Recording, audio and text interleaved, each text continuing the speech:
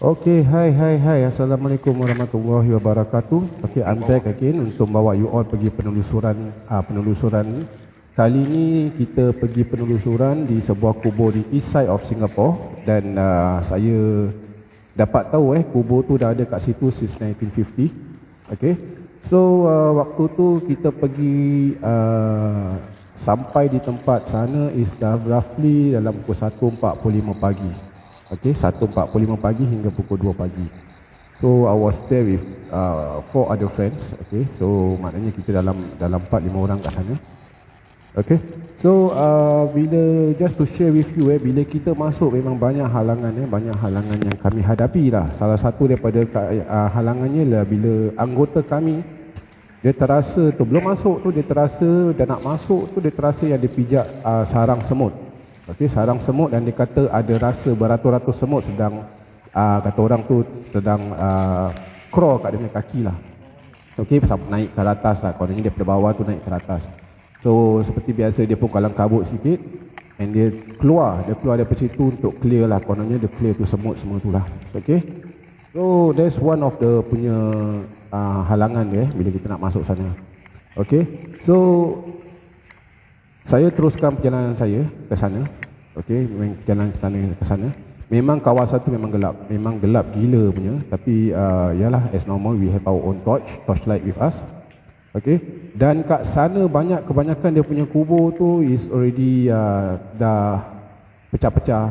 Okey, ada dia punya batu nisan dia dah pecah, separuh dah pecah, you know. Dia ada yang batu nisan dah tenggelam.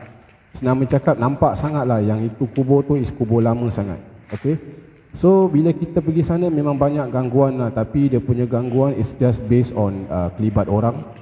Okey, orang mengendap-endap kita dan kita sekali je kita dengar suara ketawa tapi ketawa yang pendek lah.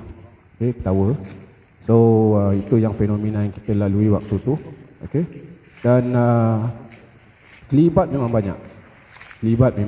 So we have to, bila kita masuk sana kita kena berhati-hati pasal kita tak nak terpijak kat kuburan-kuburan ni lah. Kita memang takutlah terpijak. Pasal sana memang seperti saya cakap, dia punya kubur terlalu dekat-dekat, dia tidak jauh-jauh Jadi semua terlalu dekat-dekat, jadi kami pun kena berhati-hati untuk supaya jangan terpijak kubur-kubur ni. Okey, so kita teruskan perjalanan kami. Okey, perjalanan kami. Oh yes, kalau you all nak tengok gambar-gambar yang I kedepankan ketika penelusuran kita di kubur di east side of Singapore ni, you can pergi my YouTube Rozaimah Roslan, you cari kata orang full video of penelusuran saya ke kubur Boyan. Okey, so itu kita just go inside there. Saya ada kedepankan video dan juga foto-foto yang kami dah petik lah waktu tu. Okey, so kita teruskan cerita. Di situ area dia memang tak besar, tapi dia punya tempat is biasalah kan, dia memang satu kuburan dan tak ada lampu pula, lalu gelap. Dan all the way kita berpusing tu memang all the way kita nampak ada orang nampak kelibat-kelibat orang lari sini, suara, you know, suara seperti mengaung. Okey, ada orang sembunyi daripada belakang-belakang pokok ni. Okey, so kat sana juga diorang ada macam barang-barang pembersih, ada cleaningnya barang-barang lah, macam cangkul, sapu. Maknanya ada orang yang jaga kubur tu. Tapi mungkin saya datang malam, the area a bit tak nampak terurus lah. Okey, so alhamdulillah after my one of kita punya member tu, bila dia dah kena semut tu, dia dah clear everything, but dia pun dapat join air balik. Dia dapat join air pusing-pusing kat kubur tu. Memang kubur tu tak begitu besar lah, memang tak begitu besar.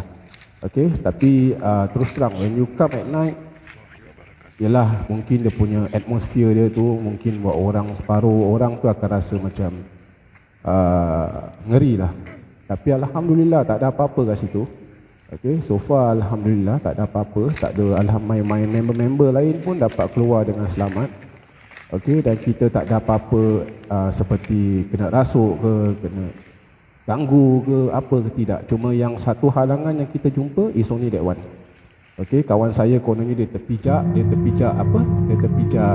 sarang semut. Itu aja.